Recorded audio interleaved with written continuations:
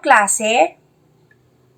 Bago tayo magsimula, inaanyayahan ko ang lahat na tumayo para sa ating panalangin. Alvin, pangunahan mo ang panalangin. Bago tayo umupo, pakihanay ng maayos ang inyong mga upuan at pakipulot ang mga kalat na makikita sa sahig. At inaanyayahan ang lahat na makiisa sa gagawin nating talakayan. Naintindihan ba? Okay. Noong nakaraang pagkikita natin, may ibinigay ako sa inyong takdang aralin. Ang panoorin ang isang pelikula na pinamagatang Top Billionaire. Natapos nyo ba? Mabuti kung ganon. At ngayon, dadako na tayo sa bago nating tatalakayin. Mahilig ba kayong manood? Talaga ba? O sige, kung mahilig talaga kayong manood, magbigay nga kayo ng pelikula na sa tingin nyo ay nakapagpabago ng pananaw nyo sa buhay. Sige, Emily? Okay? Oo, maganda talaga ang pelikulang General Luna. Dahil dito pinapakita, pinoportray yung mga kabayanihan na ginawa ng ating mga bayani nung panahon na sinakop tayo ng mga dayuhan. Okay, sino pa ang gustong magbahagi? Sige, Dilani? Inside Out. Oo, maganda din to. O, sino pa? Sige, Wendy?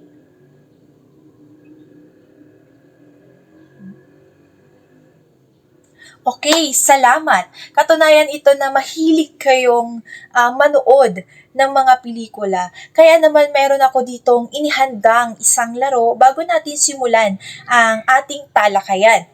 At tatawagin natin itong Say Who. Ang gagawin lang ay pipili ng numero na makikita sa pisara ang mga pangalan na aking mabubunot.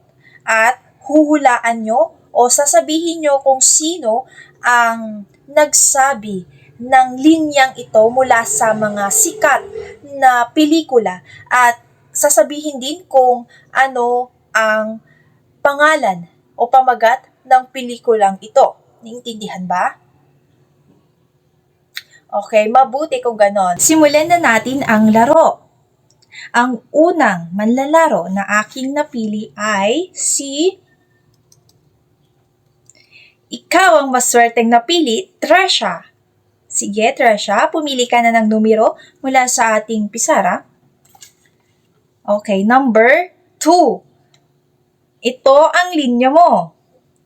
You are nothing but a second-rate, trying hard, copycat. Say who? Tama, ito ay linya ni Miss Cheryl Hill mula sa bituing walang ningning na pelikula. Mahusay. Okay, para sa ating ikalawang manlalaro, ikaw ang aking napili, Micah. Okay, Micah, pumili ka na ng numero. Number 3. Okay, ito ang linya mo. Kapag mahal mo, ipaglaban mo.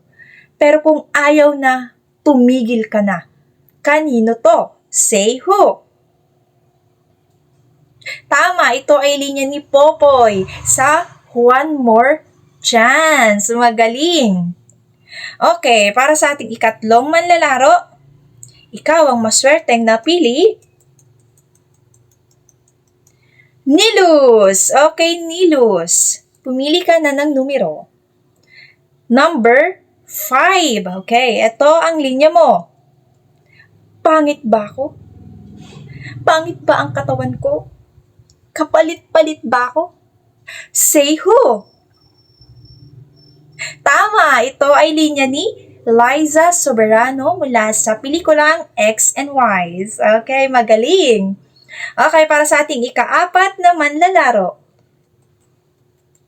Ikaw ang aking napili, Gigi. Okay, Gigi, pumili ka na ng numero sa ating pisara.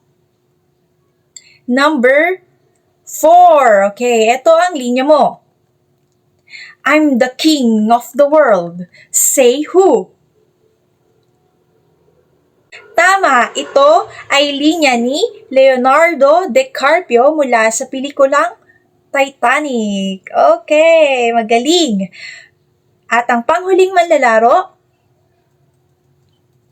ikaw ang napili, Lorraine. Okay, Lorraine, pumili ka na ng numeros sa ating pisara.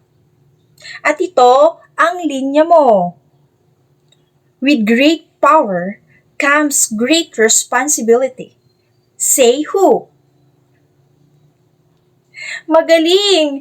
Ito ay linya ni Uncle Ben mula sa pelikulang Spider-Man. Mahuhusay kayong lahat. Katunayan lamang ito na mahilig nga talaga kayong manood ng mga pelikula. Ngayon, base sa ginawa nating aktibidad na ito, ano sa tingin nyo ang paksa natin na tatalakayin? Magaling! Tungkol ito sa pelikula. Tama. Ang paksa natin ngayon ay patungkol sa pelikula at mamaya ay susuri tayo ng isang halimbawa ng pelikula at ito ang ibinigay ko sa inyong takdang aralin nung nakaraan. Ngunit talakayin muna natin kung ano ang kahulugan ng pelikula. Sino ang makapagbibigay ng kahulugan nito? O sige, Dilani?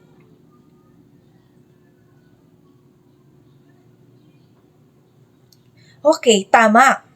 Ang pelikula ay kilala din bilang sine at pinikulang tabing mula sa Kastilang pelikula at sine ay isang larangan na sinasakop ang mga gumagalaw na larawan bilang isang anyo ng sining o bilang bahagi sa kasaysayan ng industriya na gumagalaw ng mga larawan at mga litratong pelikula. Kadalasang tinutukoy ang larangan ito ng akademya bilang ang pag-aaral ng pelikula. Isang anyo ito ng sining at tanyag na anyo ng mga libangan at negosyo. Nililikha ang pelikula sa pamamagitan ng pag-record ng totoong mga tao at bagay, kabilang ang mga inarte na pantasya o di kaya mga peking o mga fiction na pangyayari sa kamera. At upang makabuo naman ng isang pelikula, mayroon itong mga elemento na dapat isaalang-alang. May ideya ba kayo kung ano ang mga ito? Sige nga, magbigay nga. Okay, tema. Ano pa? Tagpuan. Oo. Ano pa? Tauhan. Okay? Meron pa ba? Mensahe. Oo, tama. At ano pa? Meron pa? Dialogo. Oo, magaling. Ang mga sinabi nyo ay ang elemento ng isang pelikula. Ano ang tungkulin ng tema sa isang pelikula? Ibigay nga. Okay? Christine. Okay, tama. Ang tema ay ang pinakamensahe ng isang pelikula o ang pinakasentro nito. Maaring magkaroon ng iba't ibang tema ang pelikula tulad ng pag-ibig, aksyon, komedya o di kaya ay drama. Okay? At ang ikalawa ay tauhan. Ano naman ang tungkulin ng tauhan sa isang pelikula? Sige, Alvin? Tama. Ang tauhan ay ang mga taong gumaganap sa kwento. Binubuo ng dalawang uri ng tauhan. Ano nga ito? Tama. Protagonist at antagonist.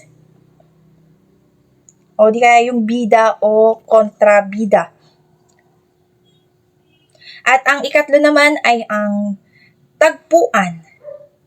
Ano nga tungkulin ng tagpuan sa isang pelikula? Tama. Ang tagpuan ay ang lugar o panahon kung saan naganap ang kwento. Mahalaga ito upang maipakita ang konteksto at atmosfera ng pelikula. At isa pang elemento ng pelikula ay dialogo. Ano ito? Tama, mahusay. Ang dialogo ay ang usapan o palitan ng mga salita ng mga tauhan. Ito ay nakatutulong upang maipahayag ang emosyon o intensyon, relasyon ng bawat tauhan. At isa pa sa elemento ng isang pelikula ay ang cinematography. Ano ba ang cinematography? Tama, ang cinematography ay ang paraan ng pagkuha ng mga eksena, kabilang ang mga anggulo ng kamera, yung ilaw, at ang paggalaw mismo ng kamera. Nagbibigay diin ito sa damdamin, kahulugan at pinaka-aesthetic ng isang pelikula. Oo. At ang panghuli ay ang aspektong technical. Ano sa tingin nyo ang mga ito? Okay? Kagamitan? Ano pa? Sound? Oo. Props. Okay, tama. Aspektong technical ay napapaloob dito ang una, musika at tunog. Kaya kasama rito yung mga background music, sound effects, at mga dialogue. Oo. At sunod yung pinaka-director, yung direction. Dito yung pamamahala ng director sa pagbuo ng isang pelikula. Diba? Sila yung nagsasabi kung ano yung mga gagawin, o yung mga tamang gagawin, emosyon ng mga artista, mga aktor na gumaganap. At susunod yung production. Diba? Tumutukoy naman ito sa mga visual na aspeto ng pelikula tulad ng props, yung sinabi nyo kanina, costume at set. Okay? Yung mga design ng pagtatanghalan nila o pagkasasagawaan ng pelikula. Sunod ay, syempre hindi mawawala ang script o yung screenplay. Ito yung mga nakasulat na plano ng pelikula, kabilang ang dialogo, aksyon, at eksena mula sa pelikula. At ang panghuli ay ang genre. Yan. Ito yung mga kategorya ng pelikula tulad ng aksyon, komedya, drama, o horror, at iba pang mga tema ng isang pelikula. Okay, ngayon, naibigay na natin ang kahulugan ng isang pelikula at kung ano ang mga elemento na dapat nating isaalang-alang para makabuo ng isang pelikula. Ngayon naman ay may ipapanood ulit ako sa inyo yung pinanood nyo na binigay kong takdang aralin. At ipapanood ko sa inyo ang pinakabuod ng pelikulang napanood na ninyo at ang ilang mga dialogo mula sa pelikulang iyon. Dahil mamaya ay susuriin natin ito. O sige, panoorin ng mabuti sapagkat mamaya ay mayroon tayong gagawin mga ko sa inyo ang isang inspirational film na pinamagatang The Billionaire. Ito ang pelikula. Now sit back and enjoy the movie. Si Tap ay isang 19 years old na lalaki na gustong umutang ng $300,000 para gumawa ng factory. Tinanong siya ng bank manager kung bakit kailangan siyang pahiramin ng napakaraming pera. Sinimulang ikwento ni Tap ang mga kaganapan sa buhay niya at kung bakit siya humantong sa ganong punto. Nung high school, gustong-gusto niyang maglaro ng computer games at nagmamay-ari siya ng mga bihirang item na ibinibenta sa totoong pera. Nagkaroon siya ng maraming pera dahil dito. Nakabili ng sariling sasakyan at gumastos na parang wala ng bukas. Naiinggit sa kanya ang mga kaklase at nakuha niya pang magka-girlfriend dahil dito. Nakilala siya bilang isang bad boy dahil hindi siya sumusunod sa kahit na anong patakaran. Ang kanyang mga magulang ay hindi boto sa paglalaro niya ng computer. Gusto nilang mag-focus siya sa pag-aaral at huwag masyadong aksaya sa pera. Pagkatapos gumraduate, hindi niya nagawang makapasok sa isang public university, ngunit wala siyang pakialam dito at nagpatuloy sa paglalaro. Kahit na masyado siyang magastos sa mga walang kwentang bagay, magaling naman siyang makipagtawaran at laging may nakukuhang kaunting extra. Kahit na nagagawa niyang alagaan ang kanyang sarili, ang kanyang mga magulang ay hindi masaya dahil hindi niya magawang makapasok sa magandang unibersidad. Sinabi niyang nakapasok siya sa isang mahal na private university at siya na ang bahala sa lahat ng tuition. Maya-maya, narinig niya ang kanyang mga magulang na nagtatalo tungkol sa problema sa pera. Ngunit hindi niya magawang makatulong dahil ang account niya sa mga laro ay na-block dahil sa mga komersyal na aktibidad at wala na rin masyadong natitirang pera. Determinado siyang tulungan ang kanyang mga magulang. Bumili siya ng mga murang Chinese DVD player gamit ang natitirang ipon at planong ibenta ng mas mahal. Sa kasamaang palad, hindi ito nagtagumpay dahil ang supplier ay binentan siya ng sirang equipment at tumangging bigyan siya ng warranty. Nang makita siyang mabigo, inabisuhan siya ng kanyang ama na mag-aral at harapin ang realidad. Binigyan siya ng perang pang-tuition ngunit tinanggihan ito ni Tap. Ayaw niyang tanggapin na tama ang sinasabi ng ama at hindi pa siya sumusuko. Ninakaw niya ang amulet ng ama at sinangla ito para ipangbayad sa tuition at makapasok sa private university. Pumunta siya sa klase ngunit patuloy na nag-iisip kung paano mababawi ang alahas kaya nagsimulang maglakwat siya. Nang makaramdam ng gutom, siya ay nagpasyang bumisita sa isang eksibisyon ng food machinery at nakahanap ng kawili-wiling makina na gumagawa ng baked chestnuts. Wala pang masyadong gumagawa nito sa Thailand kaya nagpa siyang rentahan ito ng $1,500 kada buwan. Hindi natuwa ang kanyang mga magulang sa kanyang bagong ideya.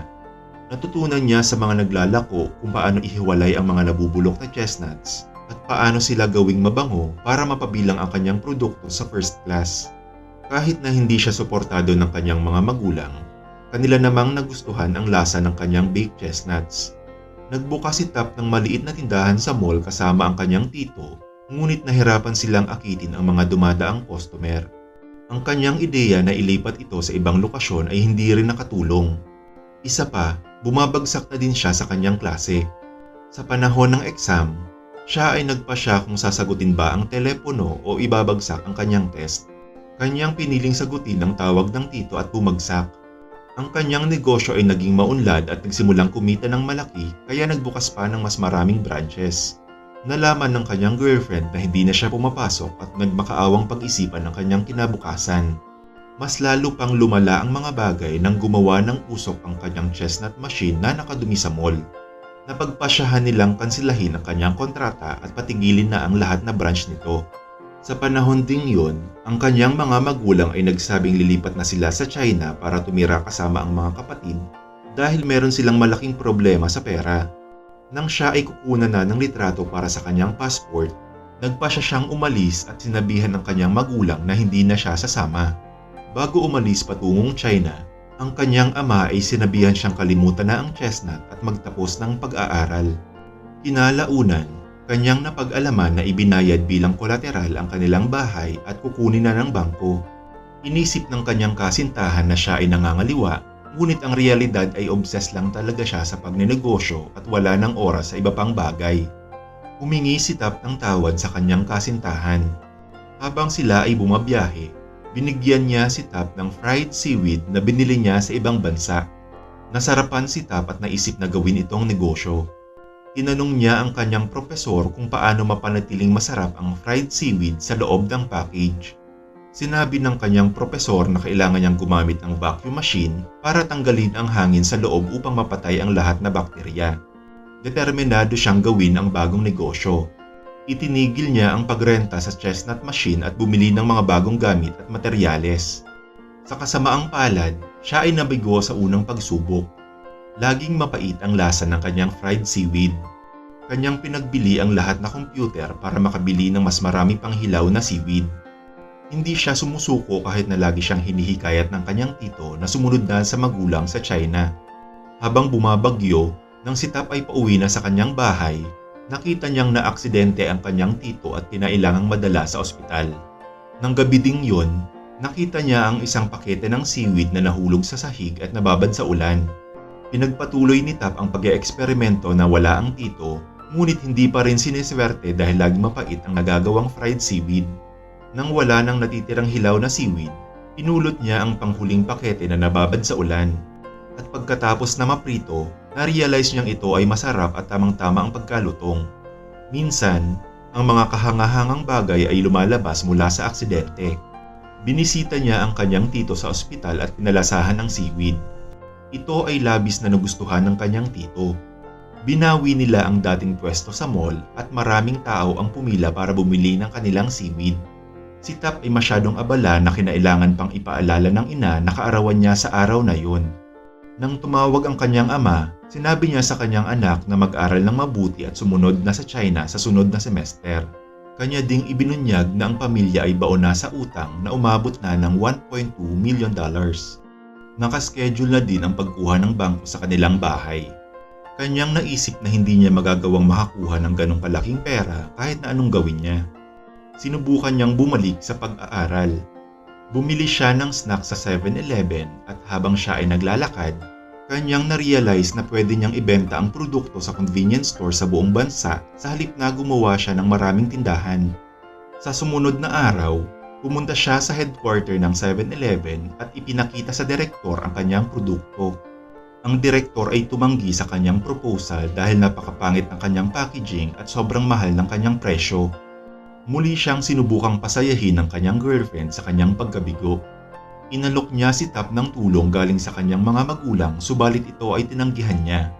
Sa sumunod na araw, pumunta si Tap sa isang local designer para magpagawa ng magandang packaging sa kanyang produkto. Pagkatapos na maripak, dinala niya uli ito sa opisina para ipakita sa direktor, ngunit ito ay sobrang busy at buong araw na naghintay. Sa huli, siya ay sumuko na at iniwan na lang ang snack sa isang security guard. Pagkatapos, siya ay tumawag sa kanyang magulang para sabihing siya ay susunod na sa China. Ang ibang office worker ay kumuha ng snacks mula sa guard at maswerteng nagustuhan ng mga 7-Eleven employees ang kanyang produkto. Inimbitahan nila si Tap sa opisina para sa isang meeting kasama ang direktor. Habang nasa meeting, pinuri nila si Tap sa paggawa ng masarap na snacks. At kanyang idinagdag na kailangan niyang gumawa ng 72,000 packs para sa 6,000 7-Eleven store para sila ay maging magkasosyo. Kailangan din nilang inspeksyonin ang kanyang factory para sa sanitary concern. Sumang-ayon siya sa mga requirements at pumunta sa bangko. Ang kanya palang ina-applyang loan ay para sa gagawing factory. Nagpaabot ng pagbati ang bank manager kay Tap na ganun kalayo ang naabot niya. Ngunit tinanggihan niya ang proposal ni Tap nang kanyang nalaman na siya ay 19 na taong gulang lang at ang kanyang pamilya ay baon sa utang. Nakaramdam siya ng pagkatalo. Inilabas niya ang kanyang passport at bumili ng tiket papuntang China. Ibinenta niya ang kanyang sasakyan para mabawi ang isinanlang amulet, ngunit siya pala ay nadaya dahil isinangla niya ito sa halagang 100,000, ngunit ang totoong presyo pala nito ay lampas 1 milyon. Tinutukan niya ng baril si Tap para ito ay takutin at umalis. Para gawin ang kanyang pangako na kuning muli ang amulet, ginamit niya ang lumang tindahan ng kanyang mga magulang na kinukuha na rin ng bangko. Umupa siya ng ilang tauhan at bumili ng supply gamit ang natitirang ipon at nangakong babayaran ang buong halaga ng renta sa huli. Kung hindi magagawa, siya ay makukulong. Dahil sa pinakitang pag-uugali sa kanyang girlfriend, nakita niya na ito na may kinakasama ng iba. Siya ay malungkot dahil mahal na mahal niya ito, ngunit itinulak niya ito palayo. Pagkatapos ng maraming preparasyon, ang factory ay handa na at ang direktor ay pumunta kasama ang inspektor. Hindi sila masaya sa kalinisan ng factory at nakitang hindi karapat-dapat si Tap. Sinabi ng direktor na pag-uusapan muna nila ito at ipa-fax na lang ang resulta sa susunod na araw. Pagkatapos na maayos ang mga problema sa factory, nakuha ni Tap ang approval ng direktor. Siya ay masayang-masaya at pinabilis ang produksyon para matugunan ang kinakailangang dami. Habang ihinahanda nila ang pag-deliver ng mga snacks, niyakap ni Tap ang kanyang tito para ihayag ang kanyang pasasalamat. Kanya ding sinabi na siya ay mag-aaral at pupunta na sa China kung sila ay mabigo pa sa pagkakataong ito. Nang sila ay makarating sa warehouse, sinabihan siya ng warehouse manager na late na ang kanilang delivery at hindi na pwedeng tanggapin. Siya ay nagmakaawa at sinabing inabot sila ng umaga sa pagre-repack. Naawa sa kanya ang warehouse manager nang makitang dumudugo ang ilong ni Tap at tinanggap na ang mga dala. Gumaan ang kanyang pakiramdam at tinawagan ang kanyang magulang para sabihing pwede na silang bumalik at tumira muli sa kanilang bahay. Pagkatapos ng 2 taong pakikipagsosyo sa 7-Eleven, nabayaran na ni Tap ang buong utang ng pamilya. Pumunta si Tap sa bangko para mag-apply ng 12 million loan para palawakin pa ang kanyang factory. Meron na siyang 2,500 employees at nag-e-export ng seaweed sa halos 27 bansa. Sa edad na 26, ang kanyang seaweed farm sa Korea ay bumenta ng $43 million sa taon lang ng 2010. Tayo ay tiniruan sa kwento na tapos na talaga ang lahat kapag sumuko ka sa iyong pangarap.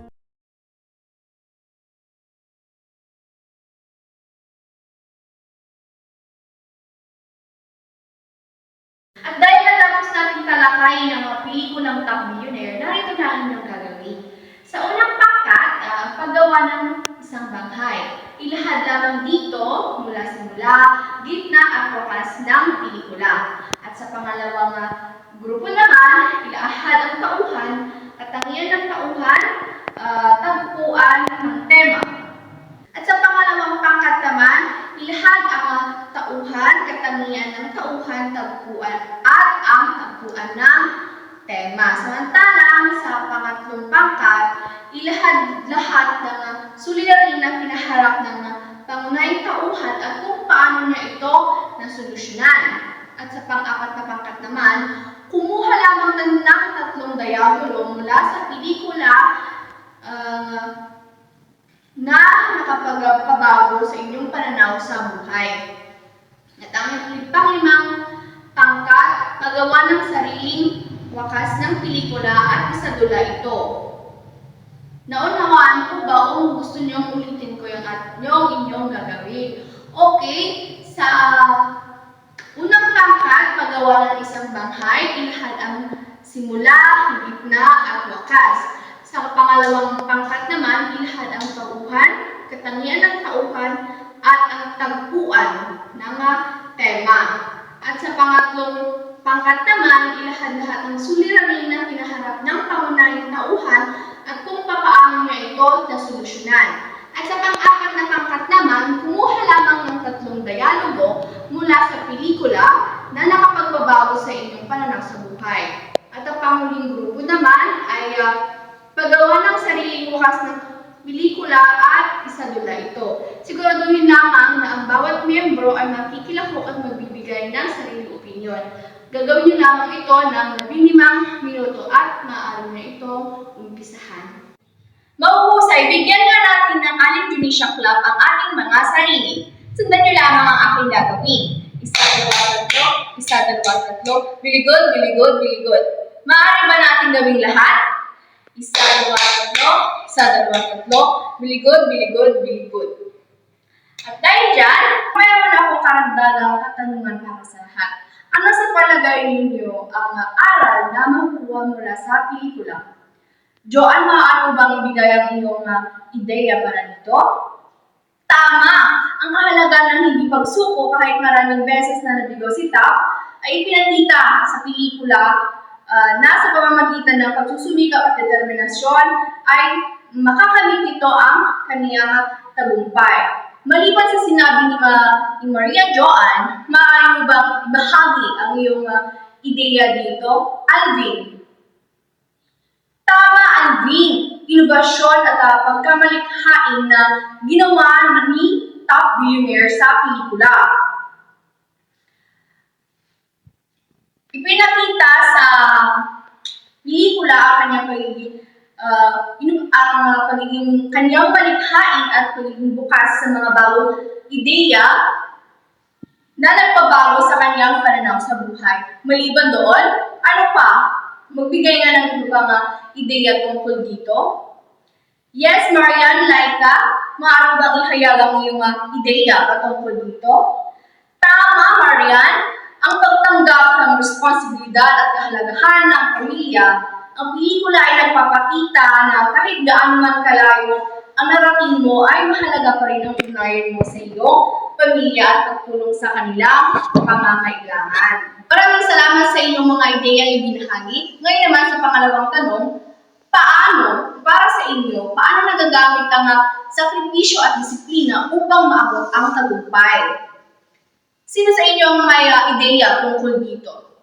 Trixie, maaari bang ibahagi ang iyong ideya? Tama! Ang sakripisyo at disiplina ay dalawang mahalagang aspeto na magiging susi sa tagumpay. minsan kailangan natin sakripisyo ang mga bagay na mahalaga sa atin, sa inyo, tulad ng oras, kasama ang pamilya, libangan ng mga personal na kaligayahan, upang sa gayon ay makapag-focus tayo sa ating mga layunin. Gayun din ang sakripisyo ay tungkol sa paggawa ng mahirap na desisyon upang makamit ang mas mataas na ating mga layunin. Dagdag pa dyan, kinakailangan din natin ang disiplina. Halimbawa na lamang dito ay ang pagsunod sa mga pang-araw-araw nating mga plano, sa pagplano natin sa mga gagawin natin sa pang-araw-araw. Ito ay nagpapakita ng disiplina. Gayun din ang kakayahang mag-manage ng oras, magplano ng mga hakbang, at panindigan ng mga desisyon, kahit na ito ay medyo mahirap o nagdudulot ng hindi gaanong nagdudulot ng personal o kailangan natin itong isakripisyo. Dahil sa pamamagitan nito, mas madali tayong nagtatagumpay sa mga plano natin sa ating buhay. Ngayon naman, para sa inyo, paano naging reflection sa totoong buhay ang pelikulang ating pinanood? Maaaring bang ibahagi ang iyong ideya dito, Marvin? Tama, ang pelikula ay isang malakas na sining na madalas naging refleksyon ng buhay dahil sa tema nito. Tulad na lamang ng tagumpay, sakripisyo at pagbabago na madalas na ipinapakita sa mga kwento nito. Idagdag pa dito, sa pamamagitan ng mga karakter na gumaganap, mga sitwasyon na kanilang ginaganapan o kanilang ginagampanan sa pelikula, nakikita natin kung paano ang buhay ng tao ay puno ng mga pagsubok at tagumpay. At kung paano tayo ay nagbabago bilang resulta ng ating mga desisyon at karanasan. Mahusay, batid kong nakinig kayo mabuti sa ating talakayan. Bigyan ka natin ng 5 bagsak ang ating mga sarili. Sundin nila ang aking gagawin. 1, 2, 3, 4, 5. Ngayon, upang tayahin ang iyong pag-unawa sa ating talakayan, may inihanda akong maikling pagsusulit na inyong sasagutan. Kumuha lamang ng isa, tsaka ipasa sa inyong mga katabi.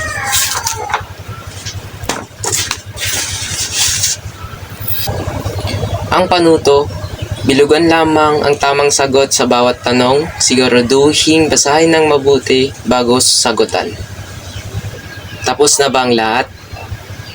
Ipunin na ang papel at ipasa sa harapan. Maraming salamat. Para sa inyong takdang aralin na individual, manood ng mga balita ngayon sa kasalukuyan at gumawa ng reaction paper tungkol dito. Para naman sa grupong gawain, bilang takdang aralin pa rin, hatiin ang klase sa 2 grupo. Ang bawat grupo ay gagawa ng short film sa kung anong nais na tema o paksa. Ang film ay hindi bababa sa 5 minuto at hindi tataas ng 10 minuto. Ipapasa ito sa susunod na linggo at papanoorin natin sa loob ng klase. Dito na nagtatapos ang ating talakayan. Paalam na.